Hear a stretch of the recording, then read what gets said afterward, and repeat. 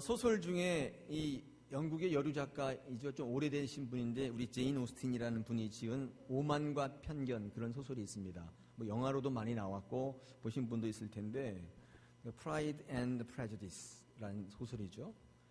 여러분 이 소설에 나오는 주인공들 5자매가 있는데 이들의 사랑과 결혼 이야기를 쭉 이렇게 이야기가 진행이 되는데 여러분 이 소설 가운데에 주된 내용이 이런 겁니다. 사람에 대한 편견, 이 편견이 어디서부터 왔냐면 잘못된 정보, 그죠?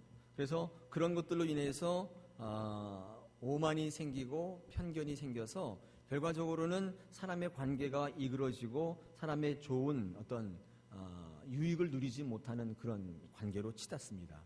여러분 그래서 이 소설을 가만히 읽어보면 이 성격이나 계급이나 그 어떤 기타의 어떤 다양한 방식들로 사람들에게 오만이 부여됩니다. 그래서 오만의 정의를 이 책은 뭐라고 내리냐면 낙인 찍는 거예요. 저 사람은 이런 사람이야. 낙인을 딱 찍는 거예요.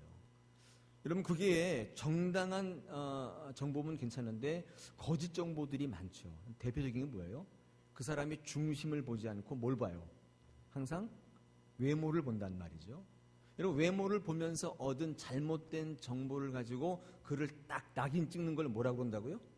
오만이라는 거예요. 여러분 또 이 거짓된 정보들이 있잖아요. 어떤 신분과 성격과 계급이나 부나 이런 다양한 방법으로 부여받은 이 오만. 여러분 이 오만이 낳는 편견과 오해를 해소해 가는 과정이 결혼과 사랑의 이야기를 붙여서 하는 것이 이 오만과 편견입니다. 책을 읽으면 조금 그런데 영화를 보면 재밌어요. 영화를 한번 오늘 집에 가셔서 러닝맨 이런 거 보지 마시고 한번 다운받아서 한번 보십시오. 굉장히 좋은 영화이고 재밌습니다.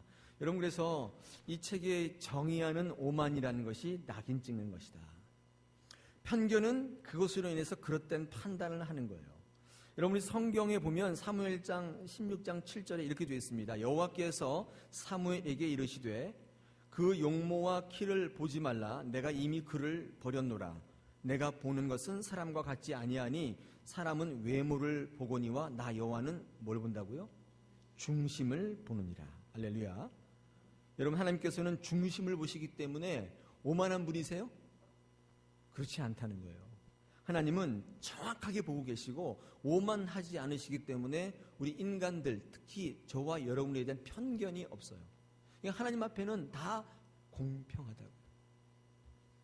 저는 오늘 이 설교를 준비하면서 우리 한국 교회 안에 얼마나 오만과 편견이 있는가 생각을 해보았습니다. 여러분 한국 교회가 다 덕스러운 건가요? 다 모범이 되는 그런 교회들만 있는 것은 아니잖아요. 목사들도 좀 덕스럽지 못한 목사들이 있는 것이 사실입니다. 여러분 어떻게 생각하십니까? 여러분이 한국 교회와 목회자를 판단하는 것은 오만인가요? 저는 그런 면이 다분히 있다고 생각이 돼요. 왜요? 여러분에게 제공되는 정보가 외모일 경우가 많다는 거예요. 특별히 이 언론의 영향이 크다고요. 여러분이 대부분 목회자나 교회에 대해서 생각하는 것들은 이 언론으로부터 얻은 정보들이 많아요. 그렇죠. 그래서 언론에서 걸러지지 않는 내용들을 막 보도하면 그게 정말 그런 것처럼 생각이 되고 그게 여러분에게 오만이 되는 거예요. 여러분 그래서 낙인을 딱 찍게 되고 낙인을 딱 찍는 순간 진실과 진리를 보지 못하고 뭐가 생겨요? 편견과 선입견이 딱 생깁니다. 여러분 이 편견과 선입견이 얼마나 무서운 것인가 오늘 나다나엘을 보면 알 수 있어요. 여러분 그래서 세상에서 가장 효과적인 전도가 뭐냐면 세상과 소통하는 거예요. 뭐라고요? 소통하는 거예요. 소통하지 않기 때문에 그런 오해와 또 편견들이 생기는 겁니다. 이 소통하는 이 교회가 얼마나 중요한 건가 다시 한번 그 중요성을 깨닫고 있습니다. 저희 교회는 지역사회와 또 여러 세상 사람들과 소통하는 교회인가요? 그렇다고요? 감사합니다. 저희에게는 그런 교회가 되어야 할 줄 믿습니다. 우리끼리 갇혀있는 연못과 같은 교회가 돼서는 안 돼요. 흐르는 물 같은 교회가 되어야 돼요. 그렇죠? 말씀이 성전에서 흘러나와서 많은 사람들을 적시고 그들을 변화시키는 것처럼 우리는 연못 교회가 되면 안 되고 우리는 흐르는 물 같은 교회가 되어야 됩니다. 소통해야 돼요. 제가 전에 있던 교회에서 일인데 전에 있던 교회가 이상하게 앞에 절이 있었어요. 그러니까 우리 교회, 저희 교회와 그 절 교회가 문이 이렇게 마주보고 있었어요. 되게 신기하지 않아요? 진짜예요. 한번 지금도 있어요. 근데 이 절이요, 세상과 소통하는 법을 미리 이제 캐치를 한 거예요. 이렇게 해서는 우리 절이 살아남지 못하겠다. 그래서 절이요, 이 동네 사람들한테 얼마나 개방적인지 몰라요. 여러분, 그래서 우리 바로 앞에 교회가 있으니까 교회에 대해서도 자기가 이렇게 관용적이다, 관대하다 이런 걸 표현하기 위해서 얼마나 표현을 잘하는지 몰라. 여러분, 성탄절 되면요, 교회 담벼락에 프랭카드 딱 붙습니다. 봉축, 기쁘다, 구주 오셨네, 이렇게. 제가 기쁘다, 구주 오셨네는 좋은데 봉축은 뭐예요? 봉축 쓴 다음에 기쁘다, 구주 오셨네 이렇게 딱 써붙여요. 큰 프랭카드로. 여러분, 그럼 동네 주민들이 다니다가 보면 뭐라고 얘기해요? 저 교회는 굉장히 마음이 넓다. 저 절은 굉장히 마음이 넓다는 거예요. 어떻게 절에서 기쁘다, 구주 오셨네를 붙일 수가 있냐는 거예요. 그렇게 얘기를 해요. 그런데 우리 교회는 그러지 않습니다. 4월 초파회나 이럴 때 기쁘다, 석가모니 오셨네 이렇게 안 써붙이거든요. 물론 우리는 절대적 진리라서 우리 양보할 수 없는 게 있지만, 여러분, 절대적 진리가 진리 위기에서 소통해야 한다는 사실이 요즘에 부각되고 있어요. 이제 한때는 절도 그런 건 아니에요. 앞에 저희 교회 있고 절이 있으니까 우리 교회는 할렐루야 막 그러고, 거기는 나무아비 관세 막 하니 서로 경쟁적으로 하다 보니까 이게 섞여가지고 관세음보살 이게 섞였어. 동네 애들이 다니면서 관세음보살 이게 두 개가 섞인 거예요. 여러분, 이거를 많은 사람들이 볼 때 어떤 생각이에요? 이 경쟁 구조. 여러분, 이게 사람들에게 좋은 이미지를 주는가? 이게 오만을 주는 거예요. 잘못된 편견, 오만 정보를 줘서 세상 사람으로 하여금 오만하게 만들고, 여러분, 그 오만을 통해서 교회가 어떻게 돼요? 편견을 갖게, 교회에 대해서 편견을 갖는다. 여러분, 생각해 보십시오. 이 땅에 많은 사람들이 교회를 안 다니는 이유는 사실은 교회가 엉터리기라기보다는, 목회자들이 엉터리였다기보다는 여러분, 이 그릇된 정보 때문이에요. 이 부정적 인식 때문이에요. 여러분, 소통할 때 오만과 편견이 많이 사라집니다. 저희 교회는 우리 지역 주민과 이 양천구와 세계 열방을 향하여 소통하는 교회가 되어야 합니다. 할렐루야. 여러분, 깨진 유리창 이론이라는 게 있어요. Broken Window Theory라는 게 있는데, 그럼 이게 미국의 범죄학자 제임스 윌슨과 조지 켈링이 1982년도에 발표한 이론이에요. Broken Window Theory. 이게 뭐냐면 이거예요. 내용이 어떤 이제 가게가 있는데 불량배가 그 가게 유리창을 깨고 도망간 거예요. 여러분, 그 주인이 딱 보는데 유리창이 왕창 깨졌으면 갈 텐데 요 한 구퉁이가 나갔단 말이에요. 그래서 이것을 갈지 않고 이렇게 종이로 가려서 테이프로 대충 붙여놨어요. 그런데 언제부터인지 모르겠는데 가게 앞에 쓰레기가 쌓이는 거예요. 벽에 낙서가 생기고 또 그 지역이 온통 불량배들의 싸움판으로 변하더니만 마침내는 가게 손님이 줄기 시작하는 거예요. 여러분이 왜 이런 결과가 나타났어요? 여러분, 그 논문에서 뭐라고 얘기하냐면 그 깨진 유리창을 방치한 것과 무관하지 않다는 거예요. 여러분, 그 깨진 유리창이 끼어있는 가게를 보니까 어떤 생각이 들어요? 별 볼 일 없는 가게 같다는 생각이 드는 거예요. 여러분, 그 깨진 유리창이 그릇된 정보를 넣어주는 거예요. 이게 뭐라고요? 오만이에요. 여러분, 이 그릇된 정보로 인하여서 그 가게에 대한 뭐가 생겼어요? 편견이 생긴 거예요. 저기 가봐야 맛이 없을 것이다. 맛이 없을 것이다. 그리고 사람들이 가지 않으니까 그것을 하찮게 여기는 그 동네 불량배들이 와서 거기서 어슬렁어슬렁대고, 또 그로 인하여서 더 손님들이 안 오는 거예요. 여러분, 이게 악순환이 반복되는 것입니다. 여러분, 한국 교회 상황과 틀려요, 맞아요? 제가 볼 땐 거의 맞다고 봅니다. 여러분, 한국 교회는 더 이상 세상에 대해서 오만하면 안 돼요. 또 세상은 한국 교회에 대해서 그릇된 정보를 가지고 선입견을 갖고 있으면 안 된다는 거예요. 여러분, 우리는 신앙생활할 때 이런 점들을 잘 생각하셔야 되는데, 여러분, 우리가 전도하는 대상들은 사실은요, 안 믿는 분들도 급해요.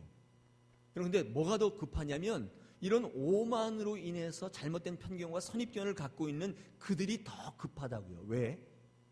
여러분, 그들은 좀만 더 방치하면 교회의 적대자가 됩니다. 여러분, 저 거리에 안 믿는 분들은 그냥 놔두면 그냥 자기 갈 길 가요. 교회를 향해서 돌을 안 던집니다. 굉장히 교회를 이렇게 돌을 많이 던지는 분들은 대부분 어떤 분들이냐면요, 이렇게 잘못된 그 정보를 가지고 오만해져서 교회에 대해서, 목회자에 대해서 그릇된 편견을 가지고 교회를 나간 분들이 대부분 NT가 돼요. 그렇지 않습니까? 여러분 주변에 한번 교회를 욕하거나 폄하하는 분들을 한번 보십시오. 어떤 분이에요? 전혀 안 믿는 불신자들인가요? 그렇지 않아요. 그분들은 절대로 교회를 얘기하지 않습니다. 좀 뭐 아시는 분들이라고요. 저는 한번 여러분께 묻고 싶어요. 주변 사람들이 여러분을 어떻게 평가하고 계십니까? 어떻게 평가하고 계세요? 정말 괜찮은 사람이라고 평가하고 계세요? 아니면 여러분 예수 믿는 사람이라는 것조차도 모르세요? 어떻게 평가하고 계십니까? 여러분, 오늘 이 시간에 한번 여러분 잘 생각해 보실 필요가 있다는 거예요. 많은 분들이 여러분을 어떻게 평가하고 있는가? 여러분, 그것이 한국교회의 현 주소입니다. 오늘 설교 말씀에, 우리 본문 말씀에 한 사람이 등장하지 않습니까? 여러분, 그 사람은 누굽니까? 나다나엘이라는 사람이에요. 이 나다나엘이 어떤 사람이었는가? 여러분, 이 사람은요, 이 메시아에 대한 지독한 편견이 있었던 사람이에요. 어떤 정보를 갖고 있었냐면, 메시아는 이 예루살렘 같은 큰 도시에서 날 것이다. 이런 지역적인 편견을 갖고 있었어요. 그래서 빌립이 나다나엘에게, 야, 메시아를 만나러 가자, 딱 그랬더니 대뜸 뭐라고 얘기해요? 이 나사렛 같은 그런 촌구석에서 무슨 메시아가 나냐, 이렇게 편견을 가지고 있었다고요. 여러분, 굉장히 중요한 사실입니다. 여러분, 그래서 이 빌립이 뭐라고 얘기해요? 와서 보라. 이게 제일 강력하지만 제일 짧은 설교예요. 제 설교는 좀 긴데 이 빌립의 설교는 굉장히 짧았어요. Come and see예요. 딱 두 말 있어요. 와서 딱 보라. 세상에서 제일 짧은 설교가 뭔지 아세요? Come and see 말고 꽃기호 설교라고 들어보셨어요? 네, 꽃기호 한번 했더니 베드로가 뒤집어졌어요. 강력한 설교입니다. 그게 꽃기호 설교라고 있어요. 가장 짧은 설교이지만 가장 강력했던 설교. 여러분, 그래서 전도했는데 가장 짧은 설교 와서 보라. 예수님에 대해서 부정적 편견을 가지고 있는 이 유대인 나다나엘에게 이 빌립이 전도한 거예요. 와서 한번 보라. 여러분, 이 오해를 깨고 이 편견을 깨기 위해서 어떻게 해요? 와서 한번 보라. 여러분, 이것이 소통입니다. 여러분, 이것을 잘 알기 때문에 사탄은 지금도 어떤 사역을 주로 해요? 사역이라면 좀 이상하고 어떤 짓거리를 계속하고 있어요? 속여서 오해를 불러일으켜서 편견을 갖게 만들어서 상처를 받게 해서 교회를 떠나게 해서 뭐가 되게 만들어요? 적대자가 되게 하는 거예요. 여러분, 교회에서 조금 피해를 입거나 조금 어떤 일을 당할 때 이분이 그런 거짓된 정보를 통하여 편견이 딱 생기는 순간 교회를 나가게 돼요. 여러분, 그분은 전도되어 올 가능성이 거의 없어요. 그리고 그뿐만 아니라 교회를 해코지하고 교회를 깎아내리고 방해한다는 거예요. 여러분, 이 나다나엘 같은 사람이 어쩌면 우리 주변에 있는 분들이고 여러분이 전도해야 될 분들이라고 믿습니다. 여러분, 나다나엘은요, 무지한 사람이 아니에요. 유대인으로서 메시아를 기다리는 사람이었고 또 구약의 율법에 능통했고 법에 대해서 잘 알고 있던 사람이에요. 다만 잘못된 율법 해석과 뒤틀린 종교 행태로 오해하고 있었어요. 메시아에 대해서 편견과 선입견이 갖고 있었어요. 여러분, 가만히 생각해 보면 이게 우리의 문제예요. 여러분, 여기서 예수 안 믿는 분이 어디 있어요? 다 믿잖아요. 여러분, 사실은 제대로 모르면 편견이 생겨서 여러분이 신앙을 방해해요. 여러분, 신앙은 항상 그렇습니다. 모르는 게 문제가 아니고 잘못 아는 게 문제예요. 믿음은 믿지 않는 게 문제가 아니고 이상하게 믿는 게 문제예요. 여러분, 사도 바울의 경우도 그렇지 않습니까? 하나님을 믿고 있었는데 하나님에 대해서 잘못 알고 있었기 때문에 예수 믿는 사람들 잡아 죽였다고요. 그런데 정통으로 다메섹에서 예수님을 만나니까 어떻게 됐다고요? 그 눈에서 비늘 같은 게 떨어져 나갔다.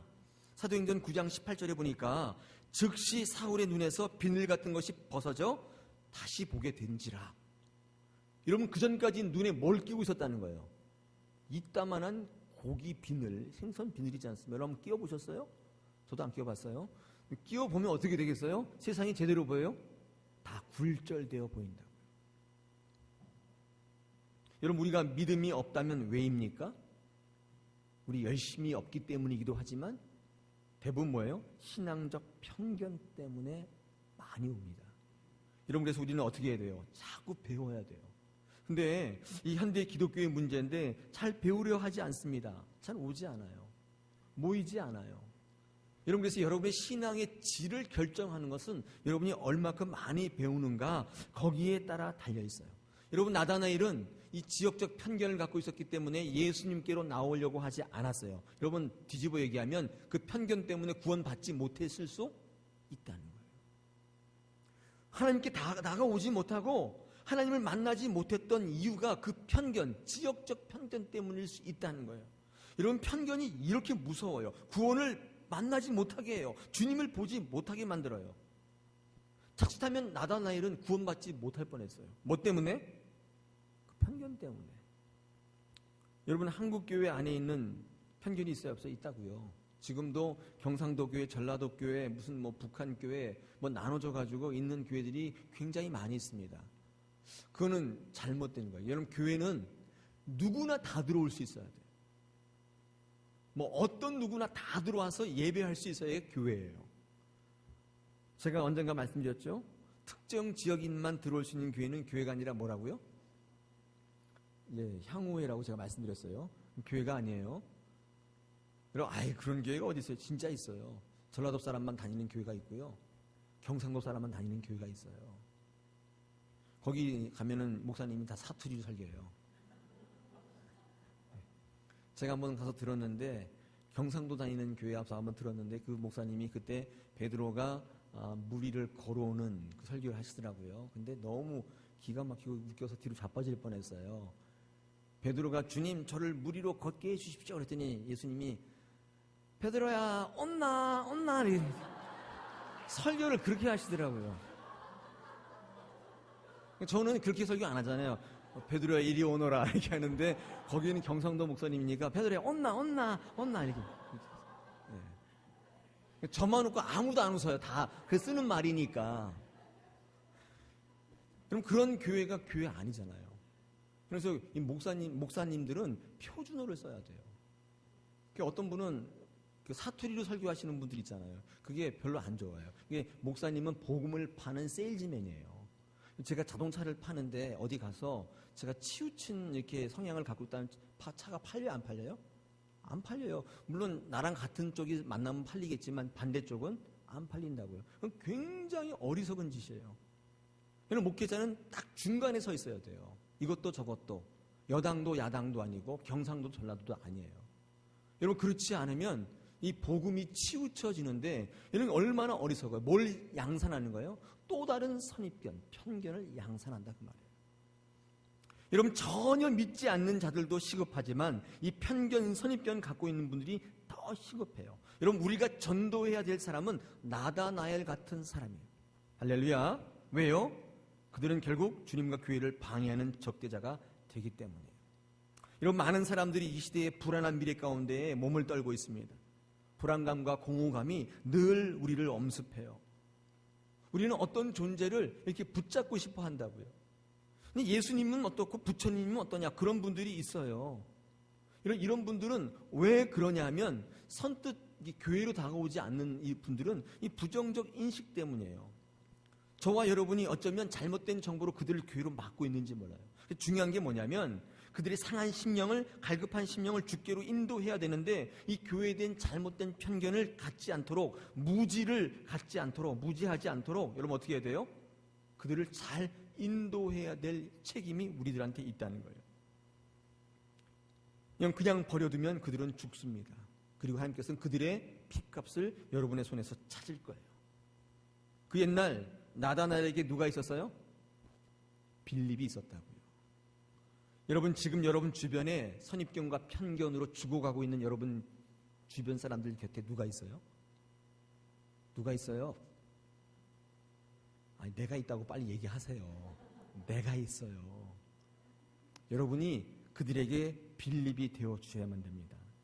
오늘 저는 전도의 능력 4번째 시간으로 그들에게 빌립이 되어주라 말씀을 증거할 텐데, 여러분 도전과 실천의 말씀이 되시기를 축원합니다. 여러분, 오늘 성경 말씀을 읽어보시면 이해가 돼요, 안 돼요? 안 돼요. 여러분, 성경에서 가장 해석하기 난해한 부분 중에 한 구절이에요. 그죠? 여러분, 왜 주님이 편견을 가지고 있는 나다나엘에게 참으로 이스라엘 사람이라고 했는지 아세요? 여러분, 오늘 이 가운데 오늘 본문을 이해하는 분들은 제가 알 때는 거의 없을 거라고 봐요. 여러분, 읽으시긴 읽으셨는데 이게 도대체 무슨 말씀인지 잘 모르셨을 거예요. 오늘 전도의 능력으로 이 말씀을 가지고 좀 풀어드리려고 하는데, 여러분 전도해야 되는 이유로 한번 삼으시길 바랍니다. 왜 주님이 나다나엘에게 참으로 이스라엘 사람이라고 했는가? 또 왜 주님은 그 속에 간사한 것이 없도다 불현듯 이런 말씀을 왜 했을까? 그렇죠? 왜 주님은 네가 무화과 나무 아래 있을 때 보았노라, 무슨 의미로 이런 얘기를 했을까? 진짜 보았을까? 더 황당한 것은 왜 나다나엘은 주님이 네가 무화과 나무 아래 있는 것을 보았다 말했을 뿐인데 갑자기 예수님을 하나님의 아들이시오 이스라엘의 임금이라고 고백했는가? 저를 보지 마시고 한번 본문을 쭉 보시면서 들어보십시오. 거기 있어요. 그죠? 그 다음에 또한 주님이 내가 너를 무화과 나무 아래서 보았다 함으로 믿느냐? 그러시면서 뭐라고 그래요? 이보다 더 큰 일을 보리라. 이건 또 무슨 얘기예요? 끝에 뭐라고 붙이셨어요? 말을 하늘이 열리고 하나님의 사자들이 인자 위에 오르락 내리락 하는 것을 보게 된다고 말씀했는데 이건 또 무슨 말이에요? 도통 알 수가 없어요. 여러분, 제가 지금 몇 가지 의문을 제기했는데 알고 계신 분 있어요? 마음속으로 손 들어보십시오. 아무도 안 계시는 거. 저도 사실 이 말씀 굉장히 궁금했어요. 제가 성경 읽을 때마다 이게 도대체 무슨 말씀이야? 종잡을 수 없는 말씀입니다. 제가 여러 가지 책들을 읽어보니까 일반적 해석은 이렇게 되어 있습니다. 나다나엘이 무화과 나무에 종종 가서 시간을 보내는 사람이었는데 왜 그렇겠습니까? 시원하니까, 그늘이 있으니까 시원했는데, 유대인은 여러분 이 무화과 나무가 이같이 이제 이용된다고 그래요. 뭐 그럴 수도 있겠죠. 여러분, 나다나엘은 그래서 궁극적으로 하나님이 구원이 필요한 존재인 것을 알고 있기 때문에, 구원을 기다리는 경건한 사람이었기 때문에 그런 사람에게 주님이 다가온 것, 그리고 주님은 나다나엘에게 내가 너를 무화과 나무 아래서 보았다 이렇게 말씀하신 건 뭐냐면, 율법을 읽으며 묵상하는, 기도하는 나다나엘의 모습을 봤는데, 대부분의 유대 사람들은 어디서 기도하고 어디서 율법책을 읽어요? 마을 어귀에서, 보이는 데서 다 이렇게 한다고요. 근데 너는 그 나무 아래 그늘에 숨어가지고 다 그렇게 하는 거 보니까, 야, 너 은밀하게 하는 거 보니까 너 괜찮다.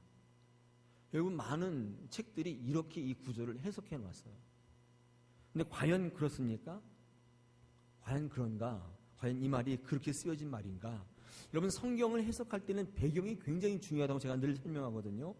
왜 그런가? 여러분, 같은 복음서라도 여러분 누가복음을 읽어보십시오. 누가복음을 딱 읽을 때 첫 장을 딱 피면요, 제일 먼저 눈에 띄는 게 뭐냐면 마리아가 처녀로 잉태했던 사건에 마태, 마가보다는 훨씬 더 길게 할애하고 있어요.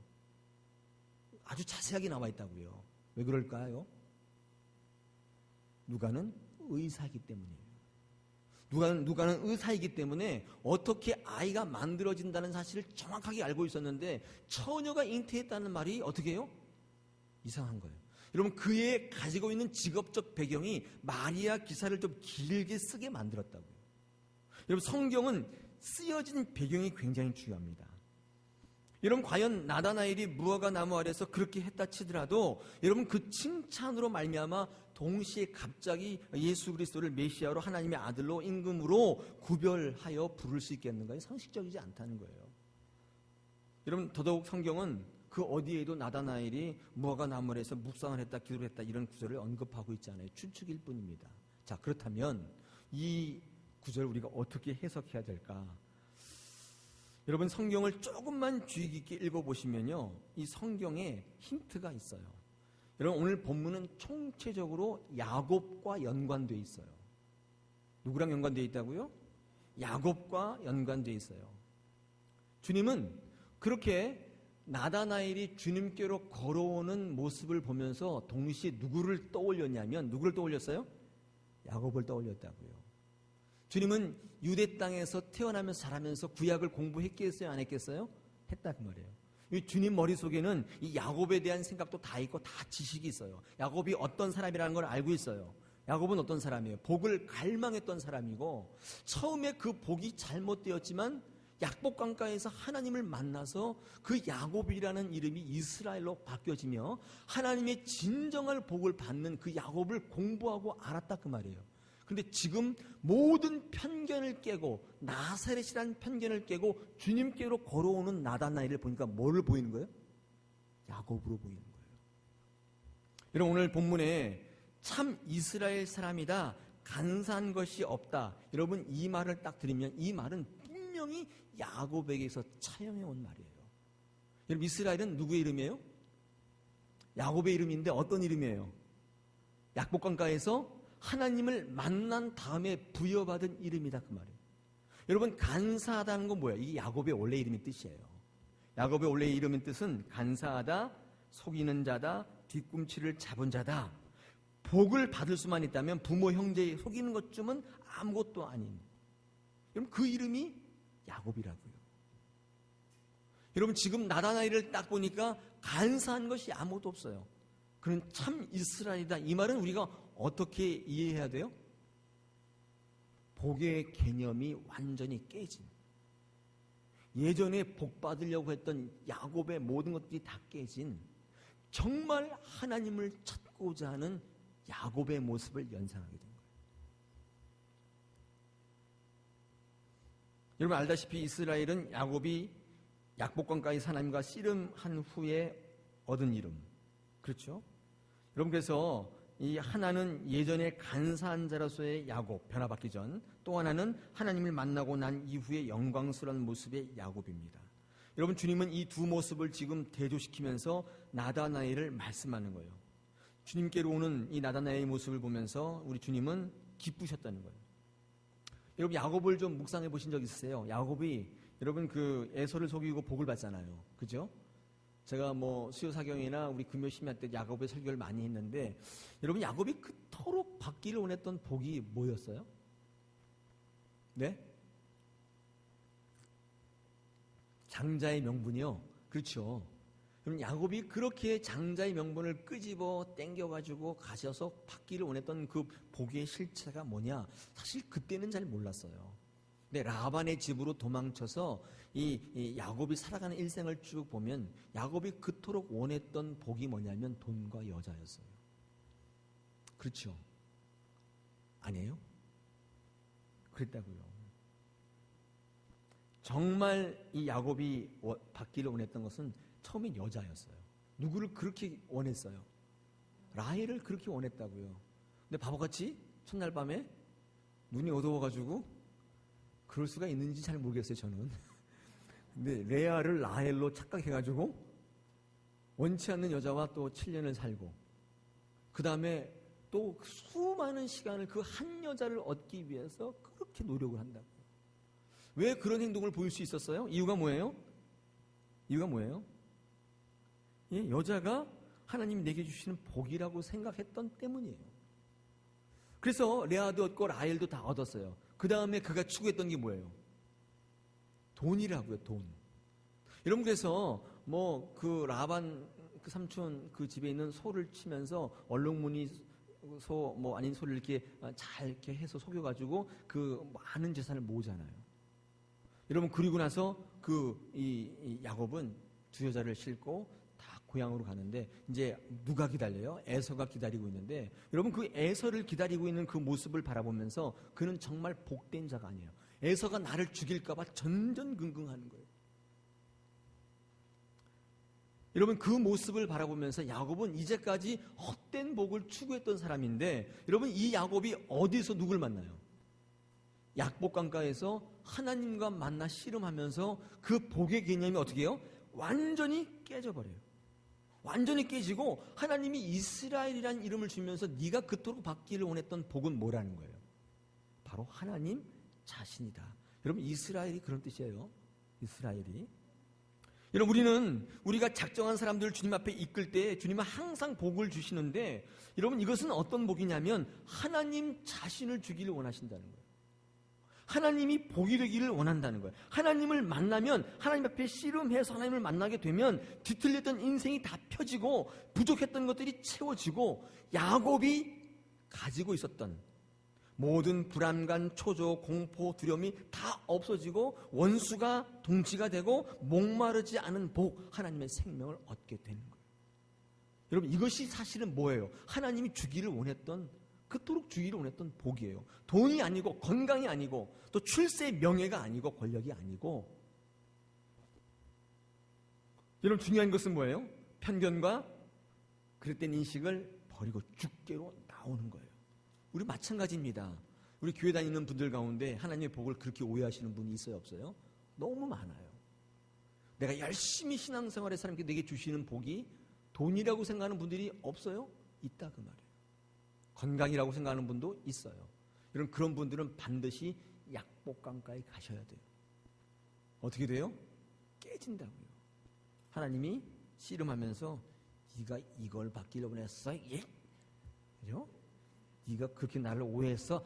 밭다리 이렇게 그렇게 해서 완전히 깨지게 만들어서 우리 생각에 있는 복의 개념을 다시 바꿔놔요. 처음에는 그런 편견과 선입견을 가지고 주께로 나왔지만 씨름한 이후에 그는 바뀌었다고요. 여러분 지금 나다나엘을 보면서 주님은 뭘 보는 거예요? 그 모습을 본다는 거예요. 할렐루야. 여러분 뿐만 아니라 주님은 이 나다나엘이 무화과 나무 아래 있는 자로 말씀하시잖아요. 여러분 무화과 나무는 성경에서 대부분 이스라엘을 나타내는 전형적 표현이에요. 이스라엘. 여러분 무화과 나무의 뜻이 뭐라고 했어요? 말 그대로 무화과. 꽃이 없고 열매가 있다는 거예요. 그럼 어떤 인생이에요? 꽃을 피우는 화류계 같은 그런 화려한 인생이 아니라 어떤 인생이에요? 열매를 맺는다는 거예요. 남들 보기에는 초라하고 멋없어 보이고 키도 안 크고 못생겼지만 그 인생 가운데는 하나님이 원하는 열매를 맺히는 거예요. 그럼 반대 인생은 뭐예요? 예? 무화과의 반대말을 지금 막 만들려니까 잘 안 되네. 아무튼 열매는 없고 꽃만 있는 거예요. 이걸 우리가 뭐라고 그래요? 화류계라고 그래요. 화류계. 우리 여성들 화류계에 좀 진출하고 싶으세요? 열매는 아무것도 없고 완전히 시장에서 멋있게 보이는. 우리 성경에는 뭐라고 해요? 그거를 잎만 무성한 나무다. 주변에 양분 쫙 빨아들여가지고 잎만 흐드러지게 피는 거예요. 우리 주님께서 그 나무를 저주하셨다고 다시는 열매를 맺지 못하리라. 여러분 이 무화과는 이스라엘을 나타내는 전형적 표현이에요. 이 무화과 나무 아래 거했다는 건 뭐예요? 하나님 안에서 열매를 맺는 삶을 살았다는 거예요. 하나님 안에 거해서 안식을 얻었다는 거예요. 여러분 구약의 율법에 능통했던 나다나엘이 이게 무슨 뜻인지 몰랐을까요? 딱 듣자마자 어떻게 해요? 그는 바로 알아차렸다고요. 지금 저분이 보통 사람 같지 않게 하나님의 말씀으로 내가 누릴 평안을 선포하고 있는 거예요. 단순히 물질적 세상적 복을 얘기하는 게 아니라 그토록 기다렸던 메시아로서의 권위와 위엄을 드러내고 있는 거예요. 그걸 한눈에 알아본 거예요. 나다나엘도 보통 사람은 아니에요. 그 영생을 선포하시는 거예요. 이 말을 딱 듣자마자 그는 무릎을 꿇을 수밖에 없어요. 하나님의 아들이라고 메시아라고 고백할 수밖에 없어요. 그래서 뭐라고 그래요? 당신은 하나님의 아들이시요 이스라엘의 임금이시다. 그는 고백합니다. 여러분 뿐만 아니라 주님은 나다나엘에게 하늘이 열리고 천사들이 오르락 내리락 하는 것을 볼 것이다. 딱 듣자마자 뭐가 생각나요? 예, 야곱이 형 부모 속이고 도망가다가 밤에 창세기 28장에 나오잖아요. 어느 한 곳에 이르러서 해가 져가지고 유숙하려고 돌베기를 하고 누웠는데 꿈에 딱 보니까 사닥다리가 내려와서 천사들이 오르락 내리락 걸 봐요, 안 봐요? 여러분, 주님은 지금 그것을 얘기하고 있는 거죠. 그걸 얘기하고 있다고요. 그러면서 뭐라고 그래요? 이거보다 더 큰 것을 보리라. 여러분, 야곱이 사실 그 꿈꿀 때 창세기 28장에 베델, 나중에 거기를 베델이라고 이름 짓는데, 베델에서 이렇게 사닥다리를 타고 오르락내리락거리는 천사를 볼 때 그게 뭔지 이해했어요? 몰랐다고. 그게 뭔지를 몰랐어요. 여러분, 근데 나중에 알고 보니까, 여러분, 그건 뭐예요? 사실은 이 야곱이 출세하고자 했던 그 욕망, 그 마음, 돈과 여자와 여러 가지 것들, 여러분, 그것들의 종합체가 그렇게 보이는 거예요, 사실은. 여러분, 그러나 하나님께서 뭐라고 해요? 야곱이 봤던 그것보다 더 큰 것을 보리라. 여러분, 이 큰 것은 뭐예요? 야곱이 보았던 사닥다리는 어쩌면 출세고 물질이고 행복일지 모르지만, 여러분, 그러나 그 큰 건 뭐예요? 더 큰 거, 돈보다 여자보다 행복보다 더 큰 거 뭐예요? 이 하나님, 예수 그리스도라는 거예요. 그걸 주겠다는 거예요. 어떤 사람에게? 저와 여러분처럼 그릇된 오만을 가지고 편견을 가지고 보고 있는데, 전도해서 주께로 나오는 영혼들에게는 돈, 이거보다 더 큰 것을 주겠다. 우리에게 지금 약속해 주시는 거예요.